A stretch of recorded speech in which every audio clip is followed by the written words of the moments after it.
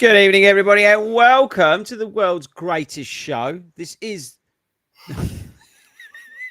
the best part. I was just seeing Marissa's face. It's like it's anticipation of what's going to say. I was going to say this is the greatest podcast, Marissa, in the world. Obviously. That is recorded live, but we don't put videos on Spotify. I've noticed, by the way, this is totally random, but no one's going to have any interest. But apparently, you can put your videos on Spotify now. Yeah, I know. It's weird, isn't it? Pete, would you watch? Okay, before we get really into it, who would watch a podcast video on the Spotify app? Al? I do, yeah, because I've got loads of podcasts that do this, so I do. Not always, but yeah, I will tune in. Okay, Hayden, would you watch your video or the video of this podcast on Spotify? Yeah, why not? I suppose you watch it on YouTube. No difference in it, is it? Marissa? I don't do Spotify. It's weird, isn't it? Even though more people listen to this via, like, we get 1 million downloads every week, right? But more people listen to this via Apple Podcasts than they do Spotify. But it was brought to my attention that we don't do videos on podcasts. Interesting, isn't it? Anyway, welcome everybody to the very serious looking Hayden's podcast, which is our, no, it's not our new name. This is a long run show, and we are live every week to entertain the nation, and we're going to be talking about boosting your running endurance. Now, the reason I picked this subject this week is because some of you after Christmas will be entering into a phase of building endurance because you may have something in the spring.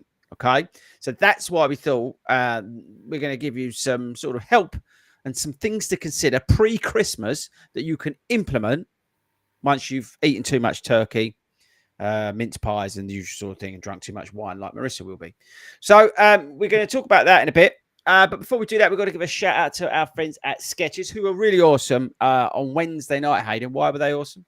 Because they let us host our Christmas lights run from their store. Yeah, we was down in Oxford Street at their main store, and Marissa nearly got us thrown out. She was just absolutely causing chaos in there with her glow sticks and things. Be fair, you did have glow sticks in there. Yeah, I didn't take them though, did I? They lent us their store, Oxford Street, which was quite nice. So a massive shout out and a massive lot of love for Skechers. The staff in there, who probably aren't listening to this, but I just want to say thank you by the odd chance that you are listening to it, because we genuinely really appreciate it. Every time we go there, they're so friendly, so welcoming. Please get along. If you're in London, do some Christmas shopping. Get along to the Skechers store, say hello. Do you think they had a clue what was going on? Absolutely no idea.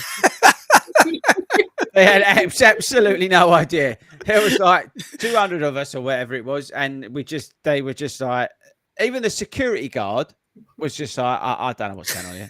It's brilliant. It was really good. If you have not done any sort of Black Friday shopping, we'll come on to this. You can get over to Start Fitness, and they've got a Black Friday sale, so get over to check that out. This is for anybody who's watching this live. If you are watching this live, get your comments, get your questions in. We'd be interested to hear from you. Coach Al's going to be keeping an eye on that for us tonight. Good news if you want to do some training in the summer, spring, winter thing coming up. Our friends at Cooper have given everybody 20% off, and now the trial. So you get 20% off and the trial. So head over to 40runs.com/Cooper if you want to take that out. Right, okay. Big news, by the way, Al. Are you ready for this? Go on then, hit me. There's a bit of a delay with Al's communication down in Eastbourne, but there's big news coming. If you are like me and absolutely hate New Year's Eve with a passion, I mean, I'll be honest, I do hate most things with a passion. And people, I can give you some names. Hayden, are we allowed to give names? I think we'll give that one a miss tonight. Okay. But anyway, if you're like me and you hate New Year's Eve with a passion, you can join us this year. Again, me and Wilco are going to be live New Year's Eve doing our big end of the year quiz. We haven't got a proper name for it, and we'll probably steal it from somebody else. End of year quiz 2024. So that's going to be live on this YouTube channel. Do we put that out as a podcast? What do you think, Marissa? I don't know. I'll be busy. Would you think people would be interested to listen to a quiz? Yeah, I think people that are at home, yeah, definitely. No, I'm saying afterwards. So we do it. And then if you're out on a long run, would you then listen to a quiz? Yeah, why not? Al, you listen to a lot of podcasts. Would you listen to a quiz? Well, you're guaranteed to get 100% the answers right if you kind of listen in again, aren't you? So if you're into And you can cheating, cheat because no one's, no one's going to know, are they? Okay, so we might put it as a podcast. Right, so question for the team. Oh, so if you didn't know, by the way, we've got Coach House here, Marissa's here, and Hayden's here, and we're going to be recording some like Christmas specials after this finishes, by the way, because we're going to be having Christmas off, and rightly so, because we've been working hard all year. But I wanted to know, firstly, who's been doing Black Friday stuff today? Al, have you bought anything on Black Friday? I didn't buy it today, but I got a good deal on a new Christmas tree. So that's gone up. That's gone live tonight. Right. The official launch of live. the Eastbourne Motecroft Road Christmas lights. But I haven't bought anything to do with running. No. Okay, all right. Hayden, have you been making any purchases for Black Friday, or Well, Black Friday is really meant to be if you're going out to the shops, I thought, and everything online is all set up for Monday, for Cyber Monday. That's the way it works, I thought. So all the deals you can get today, what are you you get the same on Monday. It's true. It's not true. It is true. Marissa, settle the argument. No, it's Black Friday today. I know it's Black Friday today, Yeah, but I'm saying all the deals you get today, online. you can get them all weekend. And Monday is actually Cyber Monday, which is the day you're supposed to be online, getting the deals online. So Black what you're Friday, telling the nation and go the to the shops. the million Where people does that the listen shop? to this every week Yeah. is they should not buy anything today with all that money off. They online. They should Yeah. wait till Monday when everything's sold out online and try and buy it. No, that what you- I said they should go to the physical shops today and support our high street. But hold on, the shops are shut now. They are now, but you've had all day. Get You've them. had all day. I don't know No. what's going on. Shop I think online. that the problem is, Marissa, when you get someone, a personal shopper like Hayden's got, he's got no concept of anything. And this is He the problem. doesn't go himself. I have got a personal shopper. She Yeah, is called Lou. Louisa. Oh, you ain't going to live tonight. This made me think, because it was Black Friday, I was like, and it's like people doing like work dues and stuff. It got me thinking about like a Secret Santa sort of thing. So I was kind of thinking, Hayden, if you was buying Secret Santa for the team, what are you laughing at? I don't know where this is What? going. You haven't just made this up on the spot. What? You're thinking about this. I know you. No, you. Something's coming. If you do Secret Santa, Yep. for one of the podcast team, for one of the thing, who would you buy for, and what would you buy? Remember, it doesn't matter that it's a secret. You can say it on here because it doesn't matter. So, what would you get? And you've got what limit should we give him? I think Mind you you, got to money's make it no hard, object ain't you? for that boy. Got Yeah. to keep it low. Got to keep it low. Be creative. No. 50 quid? 50 quid. Remember, he carries 50s in his wallet. Go on. Who are you picking? I'm going to go for you.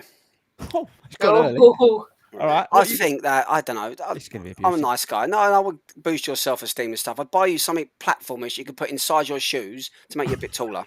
That might make you feel a bit happier. And do you know what? I'll let you have it then. You could be taller than me. I'm not having that. Yeah, everyone's seen the picture from this week, and that was a real picture. How did you know what? That is a clever picture. Clever picture. You've done It's well a with clever that. picture. You've If done you've well not with done what we're talking about, go to my Instagram. Marissa, Secret Santa, who are you buying for and what are you buying them? On the team. They've got to be on the team. okay. And we need to speed through this because we've got to get into the main bit. I'd probably buy I don't know. I'd buy Sabrina something. Maybe I don't know. What would I buy her? What does she need? I'm not saying anything because I'm likely to get shot. I'd buy her something nice, obviously. Like what? Yeah, totally. Like what? I know what she really wants. A But marathon place. she's really into like camouflage clothing. She's really into that at the moment. So like, she can't be seen. Yeah, No, okay, like- then I'd buy her the camouflage top camo body warmer or something Yeah. like that. She with honestly admin written across the top. she'd love that. Yeah, she would. Al. Yeah, this is easy for me. I'm buying for Ben Slater because Oh, yeah. it doesn't matter what I buy him. He's such a nice lad. He's going to be polite. And he's going to love say it. thank you. Oh. So I could get away with buying any old toot and he wouldn't worry. It'd be Any old too chip. nice to me. I So was there you thinking go, about Ben. this Sorry. before I come on. I think for Al, I'd actually get Al a running journal because he was the one who suggested it. So I'd buy him his own so he can write down all his park run adventures. I need to have a pen Better. with it as well, though. Yeah, pen, and also our fuel card, because you must need to fill out the card to drive around all the park runs. Yeah. So I'd get out. I actually need a new car after a little incident on the M25 last week, but we won't go there. Oh no, yeah, let's not go there. Marissa, I'd get you some new shoe socks, because you need some new shoe socks to match your new trainers. I did notice that the other day. You need some of them bright yellow ones. Actually, I've got some down there. And I'd probably get you like a race entry somewhere. Oh.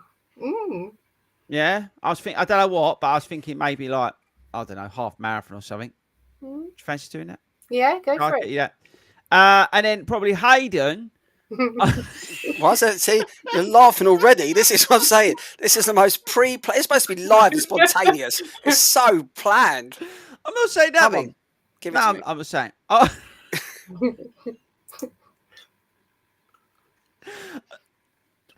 I was going to just get you a pen so you could finish your book.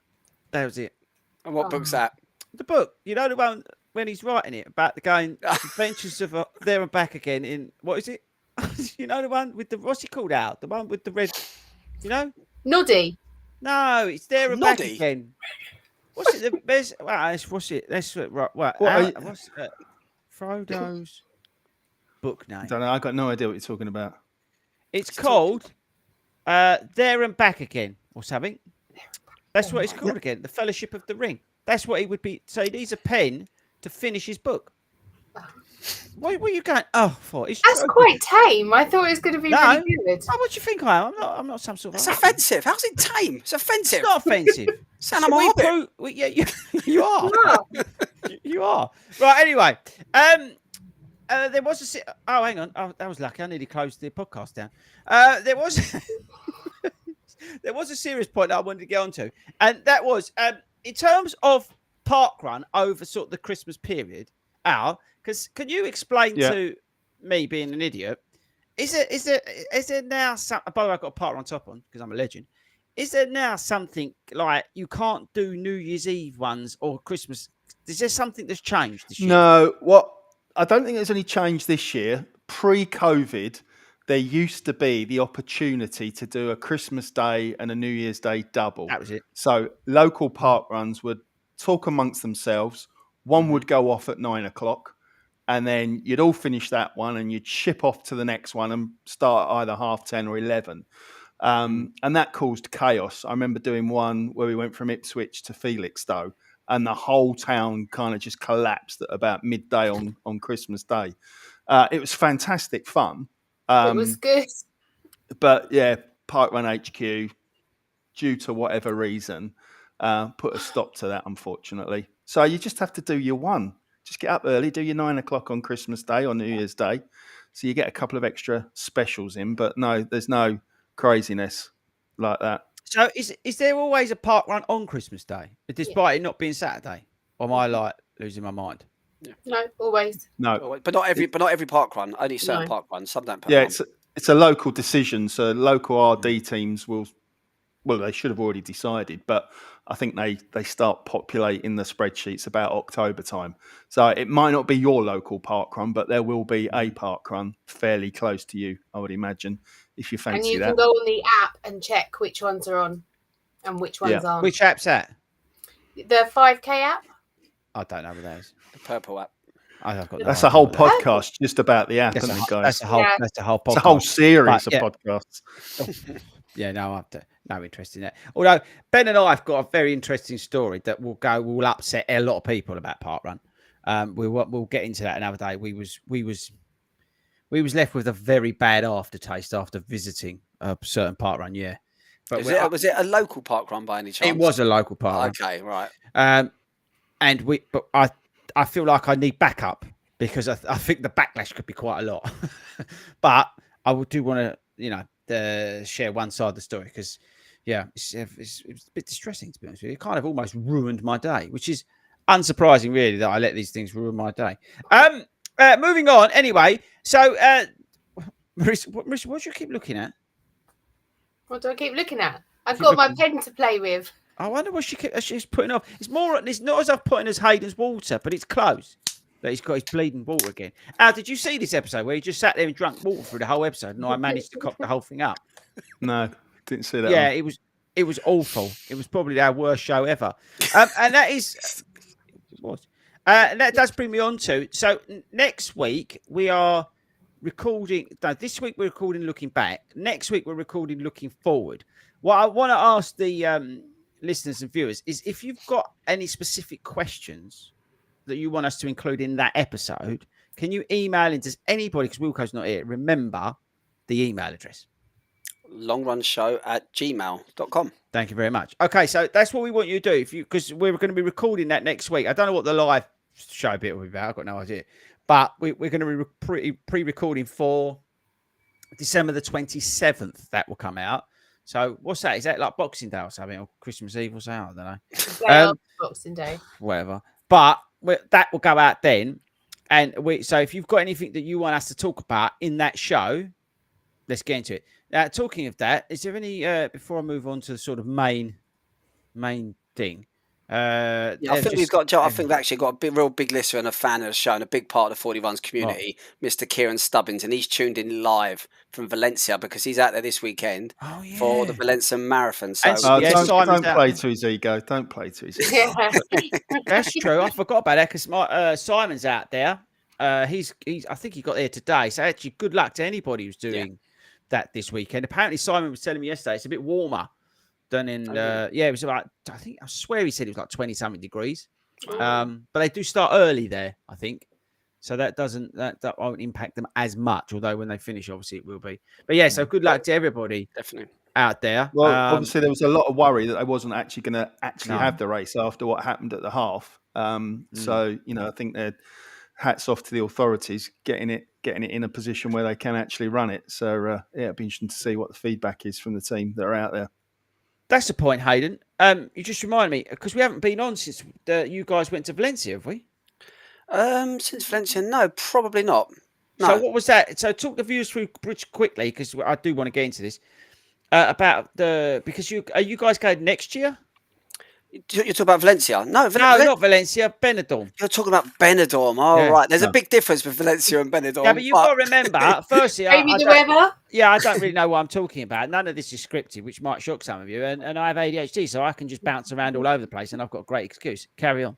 Well, we took out basically 95% of Staffordshire out to Benidorm this year. There was loads and loads and loads of club runners out there, and few of us went out, including myself, a bit of a preconception about Benidorm and what it's going to be like. I tell you, I was absolutely blown away.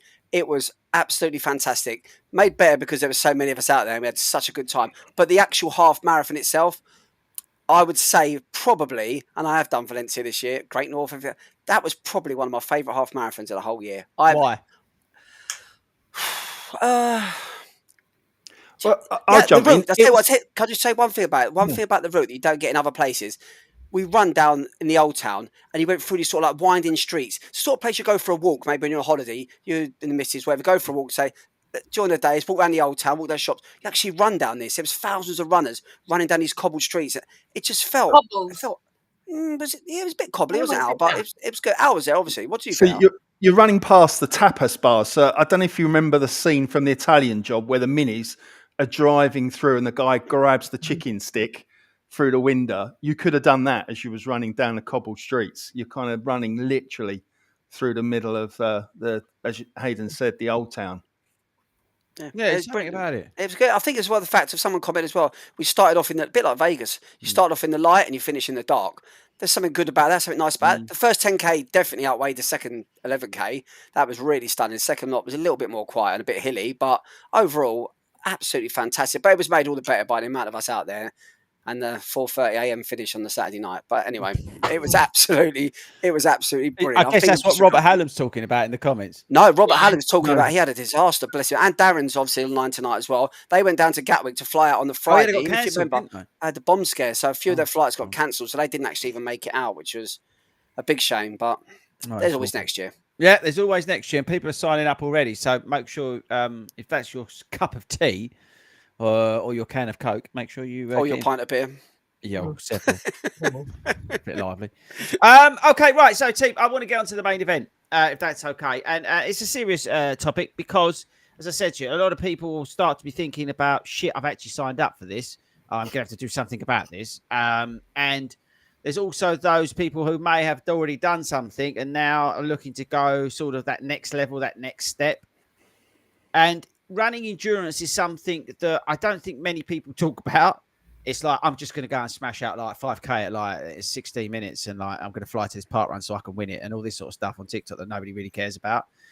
If you're trying to get better, running endurance is one of the key elements. Okay. It's something that's not spoken a hell of a lot about. So that's why we really wanted to talk about it tonight. And it's not like rocket science that we're going to be talking about. A lot of this stuff you're going to go, oh yeah, it's really just basic stuff. But again, it's something that not many people speak about when they talk about training for halves, marathons, or endurance-based events in general. Okay. So that's why I think it is important. You may have heard us talk about some of this stuff before, but on other topics, but they all align. Yeah, you'll notice that a lot of the stuff that we talk about, there's a lot of similarities between it all. And if you just implement some of this stuff that we have spoken about over the last 12, 24, whatever months we've been doing this, you might actually start to pick up on some stuff that will help you, that will not necessarily make you go faster, but it might make you feel stronger at the end of that run, or make that training a little bit easier, or you're not so mentally fatigued during the week. Because that load of training you're doing, that increasing mileage, is not impacting you as much because you've got a nice endurance base that you've built in. Okay. Al, in terms of like what's out there at the moment, do you agree, disagree in terms of endurance? People don't talk about it. Yeah, I think once you get into a training plan, the plan can often kind of just structure it for you and you kind of just do it without really thinking or challenging why you're doing it. But actually the endurance, as you stated in your opening gambit, is really about being able to run comfortable for longer and building up that capacity, whether that is, effort, fatigue, recovery, all those kind of things that will affect your training over a period of time. Endurance will allow you to kind of just absorb all of those stresses and strains better.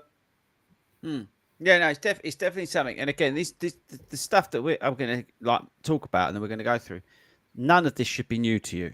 But what I want to do is re-emphasize how important this stuff is if you are going to be taking something on.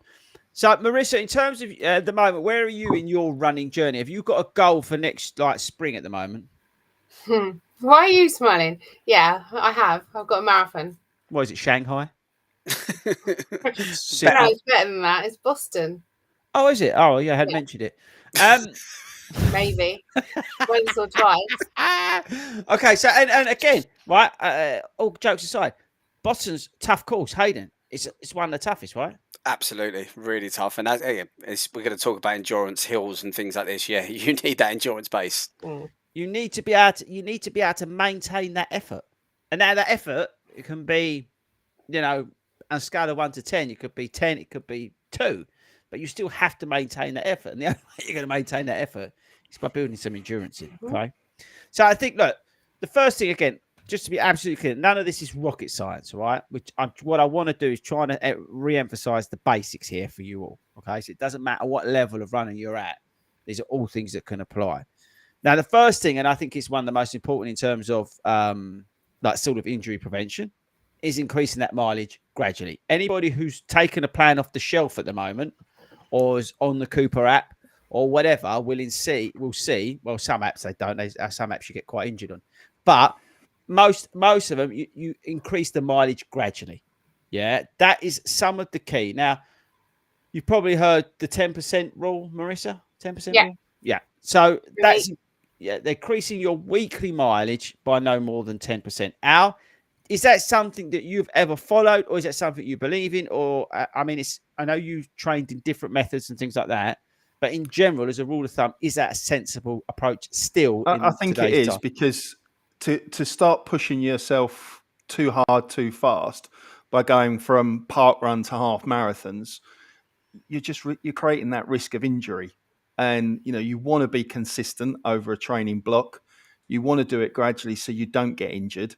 And if you haven't kind of, in effect, reprogrammed your body, then that's kind of when it starts talking back to you with aches and pains. But you then push it a little bit further, and before you know it, you will be on the injury bench. So yeah, it is hard, because you're probably keen, you're probably psyched up, base building, ready for a training plan, but just hold back. There's plenty of time to knock out those longer miles.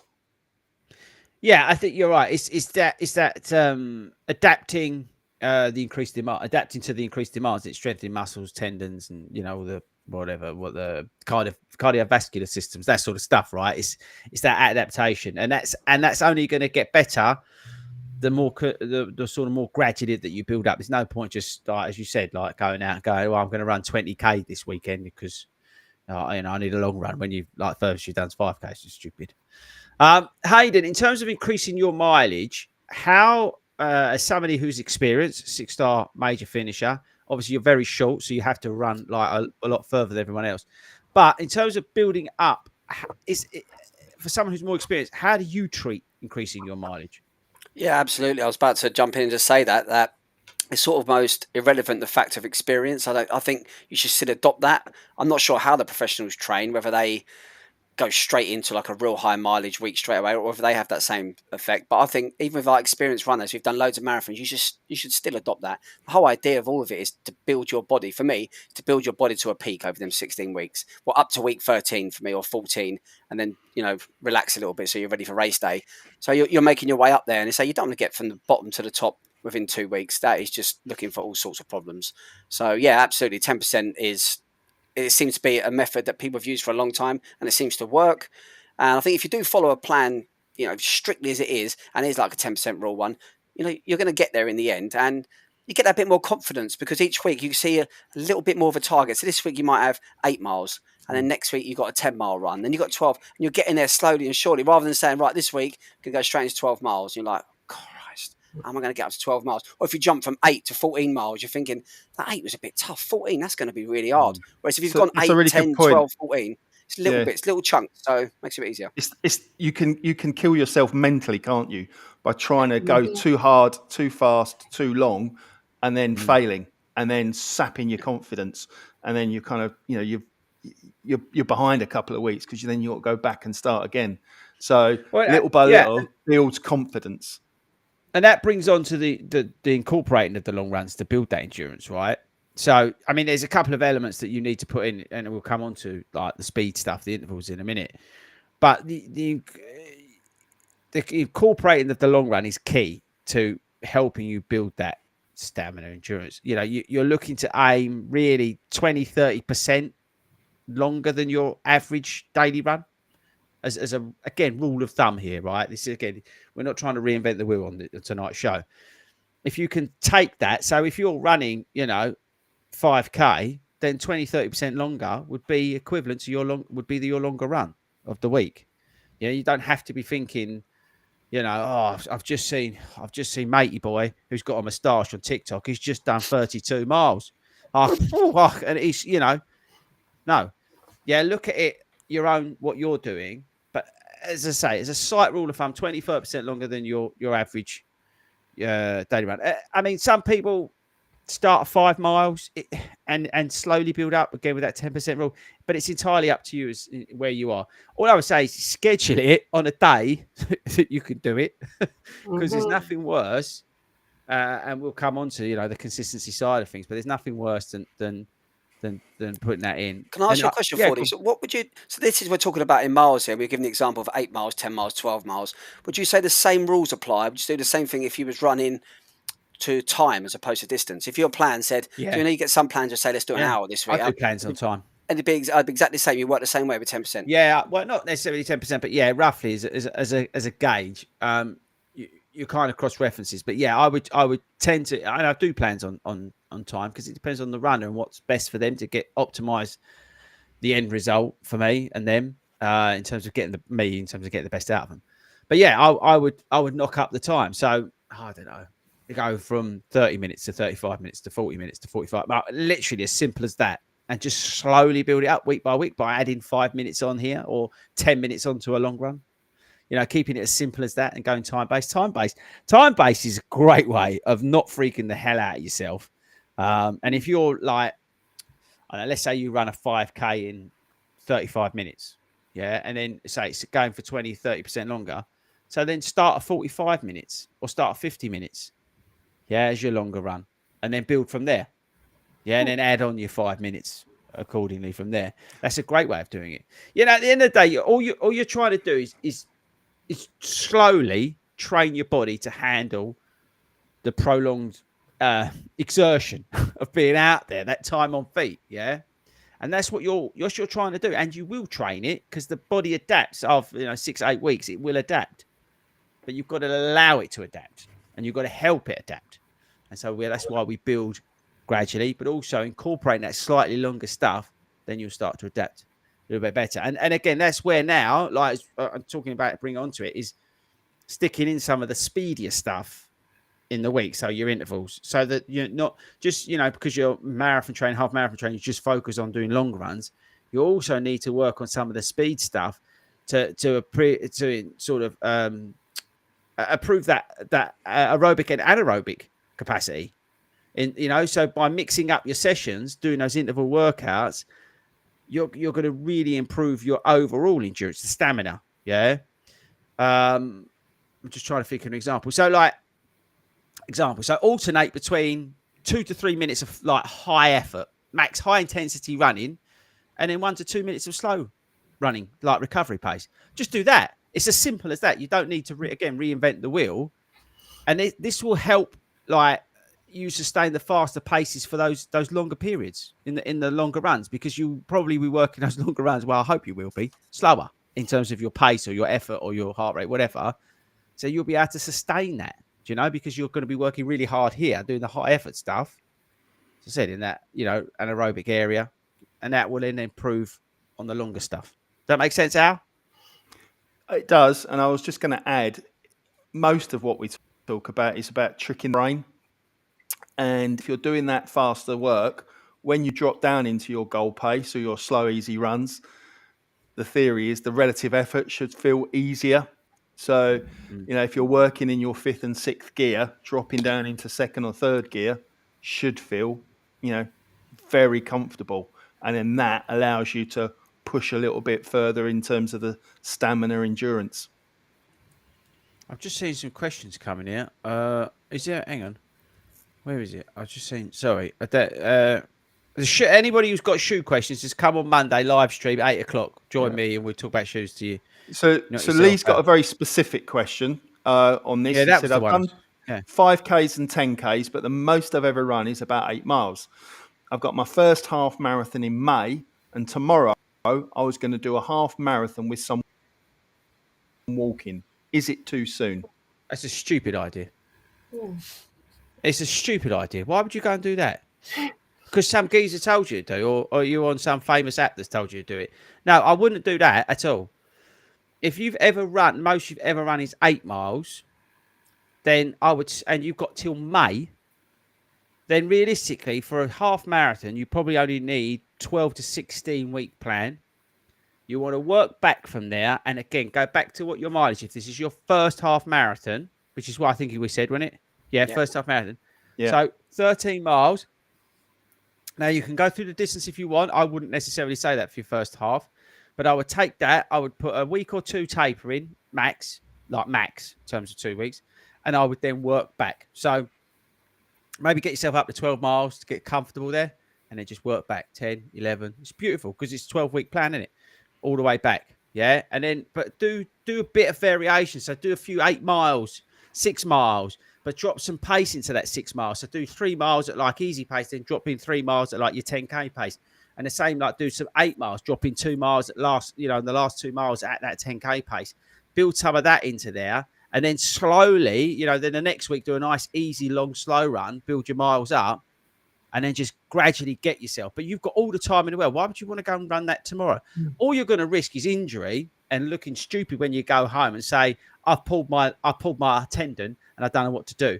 And then you're going to spend £8 million at the physio who's not going to help you. And they're just going to give you stretches that you can get on YouTube for free. And you're not going to be anywhere. So it's a stupid idea. Don't do it. Al, agree or disagree?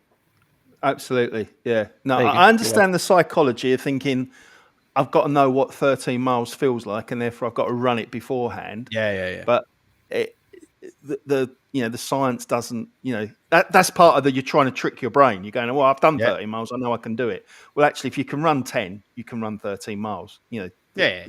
Giving the side injury, obviously, on the day, but if you can do 10 in training, if you can do 8 in training, you can probably do 13 on the day. Oh, absolutely. Adrenaline will get you through the last bit. And actually, and Lee, you're a good example because it brings on to the next one. We talk about this. This is like the sort of overreaching theme for this award-winning podcast, that I'm surprised hasn't been taken off the air yet. And that is focusing on consistency. Lee, if you can focus on consistency between now and May, guess what? You're going to finish that half marathon. You're going to finish it like a hero. Yeah, if you can, like I just said, give you an examples of those runs that you should be doing. If you can be consistently doing 6, 8, 10 miles every other week, between now and May, you're going to cross that line like Mo Farah, right? That's the key, But you've got to be getting that consistency in. That's the key. What I would focus on between now and when your plan starts, I'd focus on consistency, right, Hayden?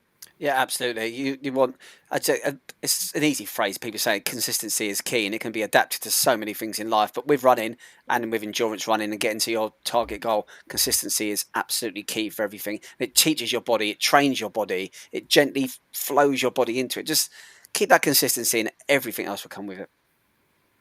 Oh yeah, I put myself on mute. Sorry, I was just because of the Coke. The other thing that I think Lee needs to do, Lee, you need to dial into this now. You're gonna be in for this now. But the other thing that Lee needs to do, Marissa, which you need to do as well in the new year, is focus on your cross training, building your strength. Oh, I do that anyway. For Boston, right? You need to get, because those hills are going to kick you in the arse if you're not. Are they really? Yeah. Apparently, Hayden said they do. But again, Hayden's only got short legs, so he found the hills very hard to go up and down.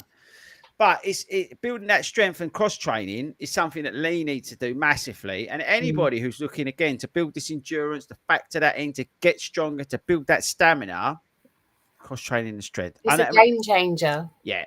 I mean, why? Well, actually, let's go into why. Why? I'm so much stronger now, and I don't touch wood, haven't been injured for ages. Literally touch all the wood, no injuries. No, it is genuinely a game changer. Strength training and stretching. My God, do some stretching. Good point. Yeah, good point. We'll come on to recovery because I think that is something that we do need to speak about a bit. But Al, I mean, with your PT background, strength, So where the strength translates into is to better form, and that's that better form that allows you to reduce the risk of injury. The better form will reduce the amount of effort, and that will lead to less fatigue. So it all comes from having that that strengthening of your upper and your lower body. We tend to think about lower body, but running for 4 hours, it takes it out of your upper body as well in terms of your core and everything else. Yeah. So if you think of that strength, it's not to muscle up, because there is an element of more muscly, the stronger you are, the more power. But it's really about maintaining form over that long endurance run, those long training runs. But don't underestimate the other aerobic work you can do, like cycling. Even though I hate people who do cycle, but like swimming and anything like that, rowing, anything that's going to improve, like that will help you strengthen, but also improve that cardiovascular side of things, but without impacting your joints. Low impact we speak about a lot. Yeah. So I mean, Hayden, you've got an Olympic sized pool in your property, right? Are you going to be back in the pool? I'd love to get back in the pool soon. I actually think this summer, at one point in the summer, I felt really, really strong as a runner. And that was because I was training for that triathlon. I was doing the swimming. And I said, I know you don't like it, but don't underestimate bike riding. Being out and it's biking people. Yeah, biking people. Being out there for like a few hours. I don't understand why they get on a train with their bike and have to put it in front of your legs. Like, why is there not a train carriage? Oh, by the way, I've got to tell you a story. But that's a separate topic, right? Can you? I must talk about this. Sorry, I apologise. Anyway, this is anyone who's neurodivergent will just agree with me to go off on tangent. Do you think, Al? And we'll go around the room. And if you're listening to this live, can you join in? I was at the gym on Tuesday, right, which is the most hatred place in the world. It's just awful. Yeah. If I could like blow it up, I would. But I do go there because Marissa tells me I have to go there. I was in there, right? And there's this woman who works there, and there's this geezer with a camera on his iPhone creating content. And they were getting in the way, right? I went to go onto the rowing machine, right? And she wouldn't move. So I had to go all the way around it. So I do certain things. Anybody who's got what I've got, you'll understand. You have a routine in that gym, and if that's broken, you've got a problem, right? So I appreciate it. My stress levels are quite high. But she wouldn't move. And I had to go all the way around her. She wouldn't move because this cameraman, and it wasn't even a proper cameraman, it's just some idiot with an iPhone and a light, with a jacket on in a gym. And I said to her, and she started giving me large. And I was just like, why are you doing this? What is the matter with you? Why are you here creating content at 11 o'clock on the busiest day in the gym? What's the matter with you? So my question is this acceptable to create content in a gym where people go? You know, my daughter's a PT and this is what she does. It drives me nuts. Why do it at 11 o'clock at the busiest time, create content with some geezer who's got a jacket on and they're in the way of the machines? Why do that to me? Well, it's a big issue, isn't it? Just generally about gym etiquette. And a number of gyms are now starting to ban people from filming content because of the kind of experience you've just explained. Whether it's right or whether it's wrong, you'll have your view, but it's got to the point where it's stopping people doing what they're going to the gym for, which is to do sets, reps, and whatever. I go from the bike, and I have to cross this dangerous thing that they have where they push this sled thing up, right? And he's like, no one cares that you're going to about to shit your pants, right? And he's pushing this thing up. Then they do this thing with these ropes so nobody can cross it. Why it's there, I don't know. And I go from the bike thing to the treadmill, to the rowing thing. Why she has to stand in the way and then give me grief because I was the one in the wrong having to go round her? It's unacceptable behaviour. Do you know what you should do? Do you know what you need to do? You need to get involved with the man that's nearly crapping himself and making them noises and doing the ropes. Give them a go. Yeah. Go to different machines. If one's taken up, you can think, I'm going to go do some plyometrics and I'm going to crack on with that one instead. We do not deviate from the plan. No, you need to. Get out of your comfort zone. No. Welcome to the world of autism. We don't deviate from the plan. You can even learn. if you go with somebody else, you wouldn't do anything. I won't go there with somebody else. Why would I go there with somebody else? Okay. Why would I go if I walk in there and I know someone? I'm coming You straight do out know of there. variety's the spice of life.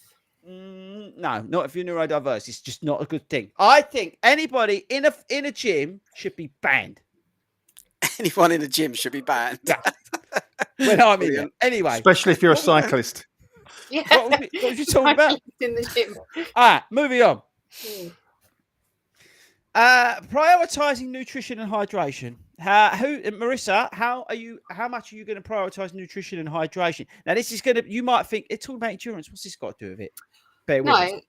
Go. So I will closer to the time. So before a race now, I really focus on my fueling anyway, and I'm really good and I have to eat certain things. So before I do a big race, I will try and hydrate quite a lot the week before, but not right up until the day. I will, because I have to, because I can't on the run. So if Hayden's laughing and I'm laughing because you say different, but I think you have to go by different people. I'm laughing because of your hydration comment. I've been abroad with you this year about 5 times and 5 different I was races. just about to say that if I go abroad, I can't do it because there's too much alcohol. Hang on, let me stop. Just let me get this. It's Boston, Massachusetts you're going to, yeah? Yeah. Not Boston, Lincolnshire. Boston, so Massachusetts. technically that is abroad. It's abroad. That's abroad, right? So that means there's going to be a lot of drinking. Okay. Yeah. No, not the day before. No. What? Not the day before? 2 days before. Okay, 2 days before. Look, the reason I mention this, and Hayden's really given Marissa a hard time, which I don't think is fair, but I think the reason I want to talk about it is because it is important, right, to fuel your body. Complex carbohydrates, lean proteins, healthy fats, blah, blah, blah, blah. You need to maintain energy levels to do these sort of longer efforts, to do the more beer's got really good carbohydrates in it. What is? Yeah. It has. Yeah, it's true. It's true.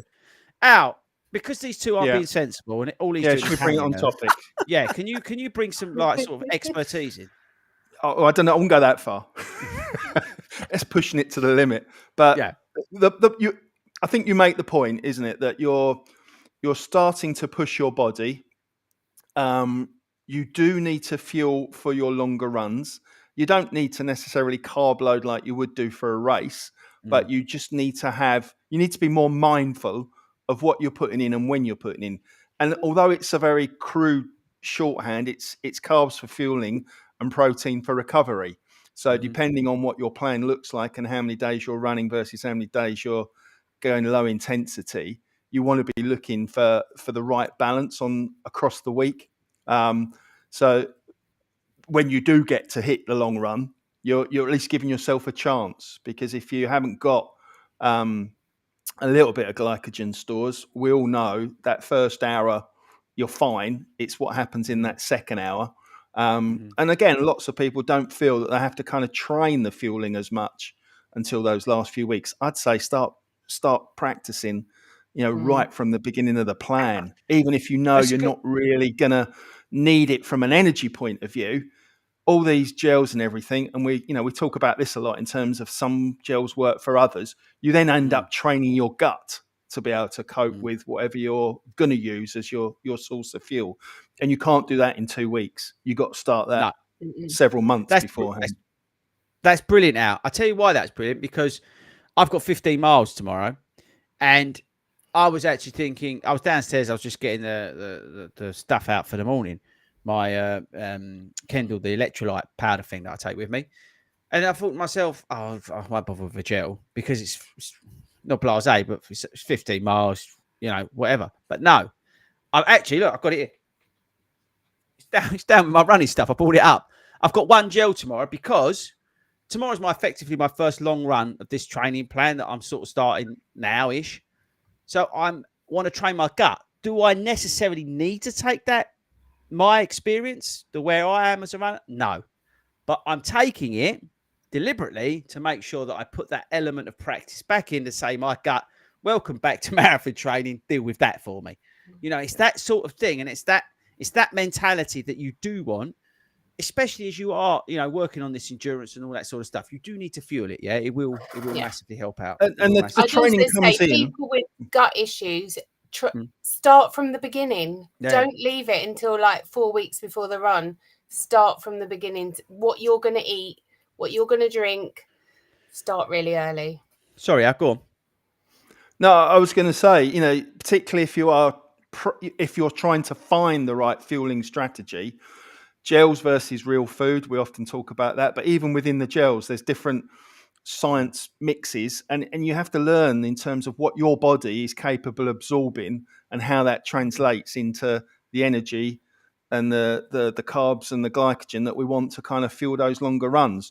And it will be different on different runs because of what you've experienced in that week, in that run up to the amount of stress you've had, the amount of sleep you've had. You're always going to find just those little differences. And the more you can practice, the more you can finesse your fueling strategy ready for race day. Yeah. Now, the other thing that will help build endurance, right, and you're going to think, is rest and recovery. Now, you might think that's counterintuitive because you're thinking, well, I've built endurance. I've got to go out and do this running. He's told me about. I've got to do these longer miles. I've got to do this speed stuff he was going on about. And all that. I've got to go out to the gym and film myself. You've got all this side of things that you've got to do.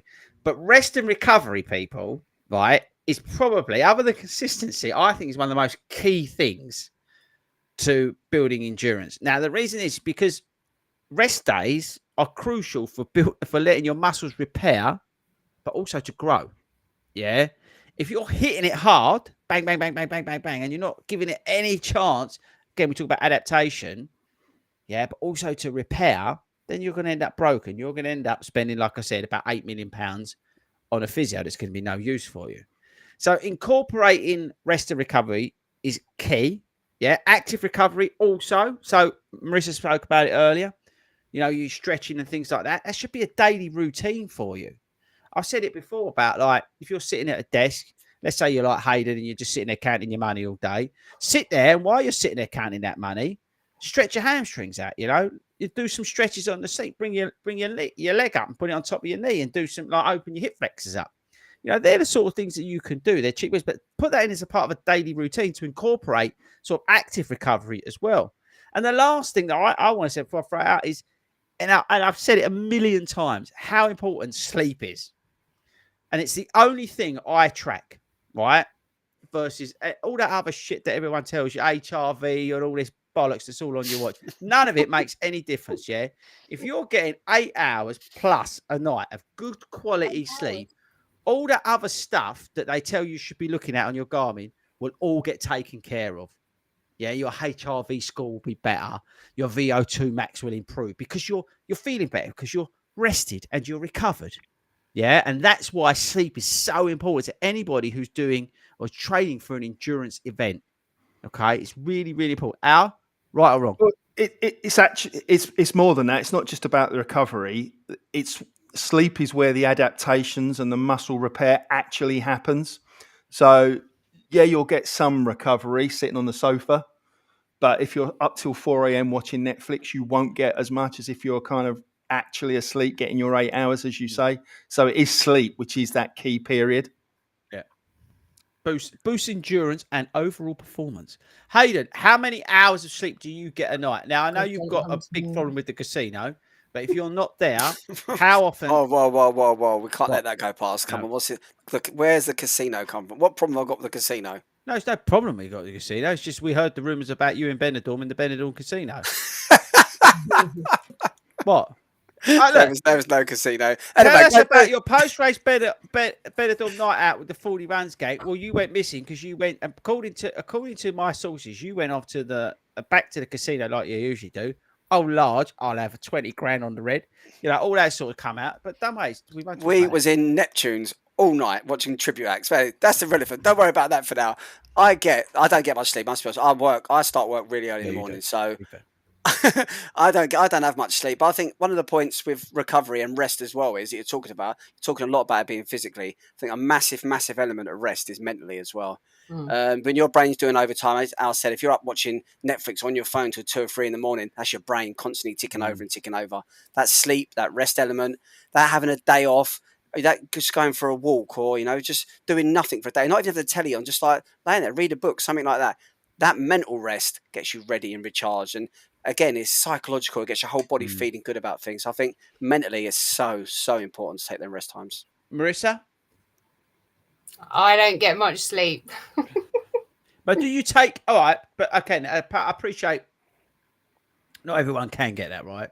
As you say, we're all like normal people, everyday runners. Hayden's up, he's got a job, like he has to be there. Some people working night shifts and all this sort of stuff, right? It can genuinely be tough. And I think it puts a big strain on you if you say to yourself, right, I'm going to do London Marathon for this amazing charity because it means a lot to me. But you've got to then fit that in with your training, with your job, with your family, and then you've got to try and get some sleep. Maybe you're having to do your runs late at night, your endorphins up, so you're getting no sleep, and it's adding. It could be a real problem, right? Yeah, I think you just got to find a way of zoning out and what makes you relaxed. I think a lot of menopausal women don't get a lot of sleep. So, it's really hard to sleep. Yeah. But I do spend 1 day a week just chilling, doing whatever around the house and not really planning anything. But apart from that, You're on it. Because I've just seen the time. In terms of Al, is there anything sort of that you would add in terms of helping our listeners, viewers, with regard to this building? No, like Lee, I let's think use Lee. Lee's a great example, right? He's Yeah. got to build this into this race. What else would you tell him? No, I think we've covered kind of all the real bases. We've talked about the mileage and building that slowly. We've talked about building in different paces. We've talked about strength training. We've talked about hydration and fueling and recovery. And I think if you've got most of those covered to a greater or lesser extent, you're setting yourself up with a chance of being really successful. And as you say, life gets in the way. And I guess the thing there is to not beat yourself up. If it doesn't go according to plan one particular run or one particular week, because we're not, the margins of error are a lot broader for us compared to the elites. So, lean into that and go, I've just had a bit of a slack week, and then don't chase it. So if you lose it, don't chase it, because that's when you will get injured. Yeah. Yeah, don't ever chase it. And that's a good point out. All this sort of stuff we spoke about tonight. And again, it's all basic stuff, people, right? That we've all spoken about in different podcasts and it's applicable to a lot of stuff that we do in running. If you can get these basics right, even just some of it, you're going to improve by a good percentage versus you as a runner before. Yeah. It's trying to stay injury free. I think that's the key. If you can do some of this, you take some of this on board. The idea is to stay injury free, because if you're staying injury free, you're more consistent, you're happier, you're out there, you're doing what you need to do. And that's ultimately what you want. And if you can build the distance, build your endurance slowly over a period of time. Again, this is what these training plans are built over these periods of, 20, 16, 18, whatever weeks it is. They're all set up for a reason. Yeah. It's to build you slowly into that. It's always that thing of like going up the mountain and being able to peak at the right time at the top. You get to the top.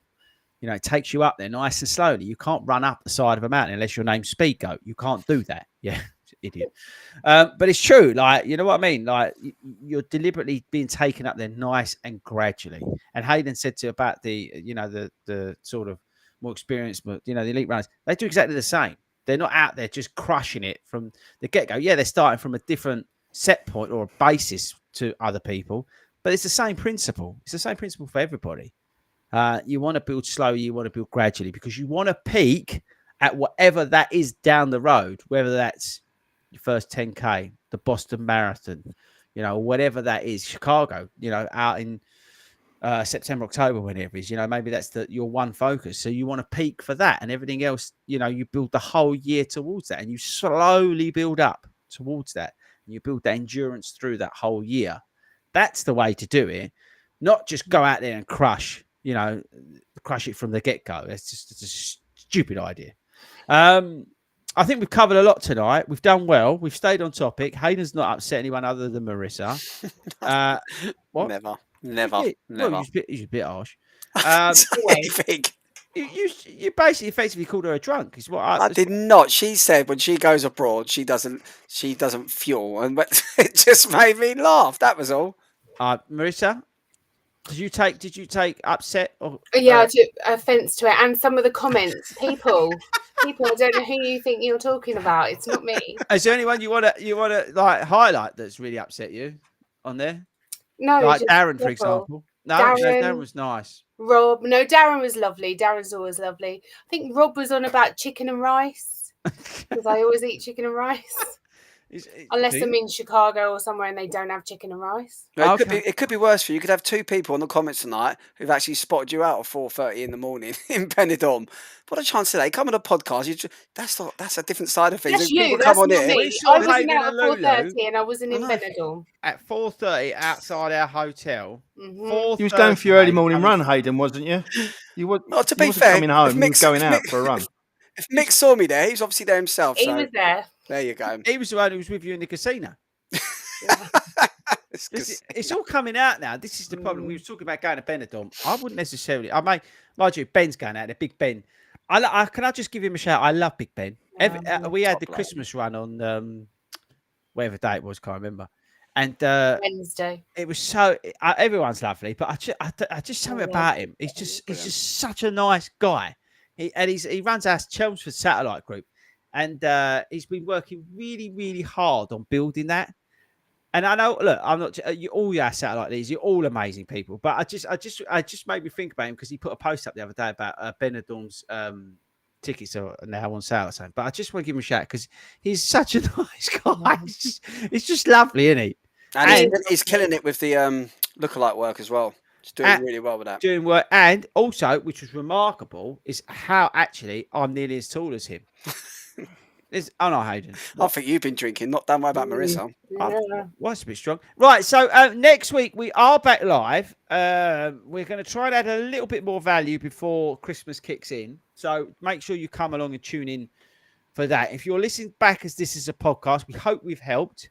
Whatever you're going to be training for in the new year, maybe you just want to build some endurance. Maybe you just want to be able to run that little bit longer, and you not necessarily have a race or anything booked.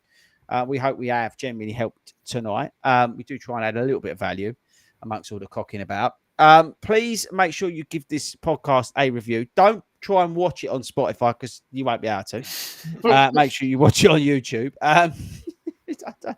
I figured that out. But yeah, I think that's it. So we're going to now go because we've got to record the first of our Christmas specials that will come out on the 20th of December. And then next week, we're going to record one that comes out on the 27th. So we've got Christmas off. But yeah, other than that, make sure you keep telling everybody about this podcast. We don't spend any money in advertising. So make sure that you do that. I think that's it. Hayden, have I forgotten anything? It'd be great if you could head over to Instagram or follow us on Instagram. We're on TikTok. We're on Facebook. We're everywhere. We're everywhere. We're Apart everywhere. from Spotify. Apart from Spotify.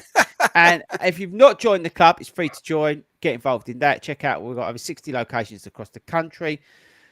I think that's it. I do wish Speedgoat would return, so I don't have to worry about pushing all these buttons. That's the only thing I would say. A bit of a problem. By the way, I didn't tell you. He actually came to the Christmas run.